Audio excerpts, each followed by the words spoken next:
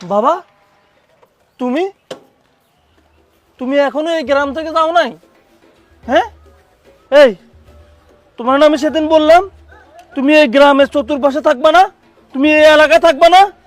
তোমার না বললাম এই অত্র এলাকার বাইরে তুমি চলে যাওয়ার জন্য? তুমি এখনো এই গ্রামে পড়ে আছো? হ্যাঁ, এই তোমার কি লজ্জা নেই?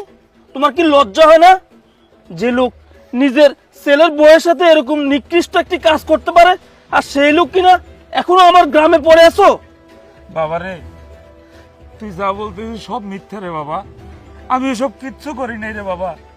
কই যাব বাবা? আমার তো যাওয়ার কোনো জায়গা নাই রে বাবা। তোর মা তোরে ছোট ধুইয়া মারা গেছে, এখন আমি কই যাবো?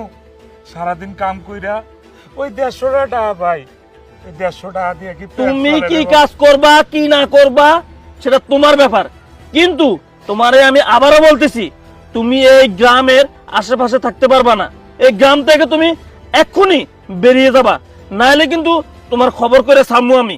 জান, তুমি যে আমার কাছে আসছো আমার কিন্তু খুব ভালো লাগতেছে। এইভাবে যদি তুমি সবসময় আসো সত্যি আমার খুব বেশি ভালো লাগবে। আরে আমি তো তোমার কাছেই আসবো, তোমার কাছে ছাড়া আমি কার কাছে যাব বলো? তুমি তো আমার সব কিছু, তুমি আমার জান প্রাণ লক্ষ্মী সোনা। জান, সত্যিই তুমি খুব ভালো, তুমি আমাকে সত্যিই অনেক ভালোবাসো। হ্যাঁ আচ্ছা জান, তোমাকে আজকে অনেক সুন্দর লাগছে কেন বলো তো? তাই? হ্যাঁ, আমি তো তোমার চোখে এমনিতেই সবসময় সুন্দর। আজকে কিন্তু তোমাকে অনেক বেশি সুন্দর লাগছে বুঝছো? চলো জান, আমরা একটু রোমান্স করি। হ্যাঁ চলো, কেন নয় বলো।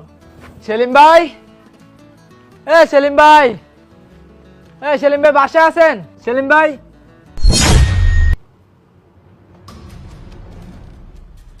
ভাবির সাথে বিছানায় ছেলেটাকে? না না, আমি এখনো গিয়া সেলিম ভাইকে বলে দিব এখানে আর এক মুহূর্তে থাকা যাবে না। শুনো, আগামী একদিনের ভিতরে তুমি এই এলাকা থেকে ছাইরা যাইবা। বাজান আমি কই যাবো বাজান? আচ্ছা ঠিক আছে, তুই যখন কইছস তো চলে যাবো।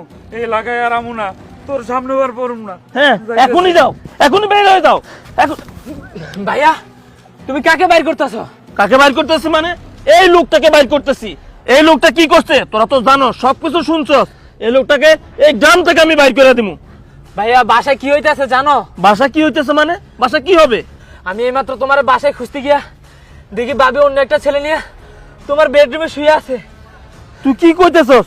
শোন, তোর কথা যদি সত্য হয় তাহলে ওই ডানিটার খবর আছে। তার মানে আমি এখন বুঝতে পারতেছি এখন আমার বাবার কোনো হয়তো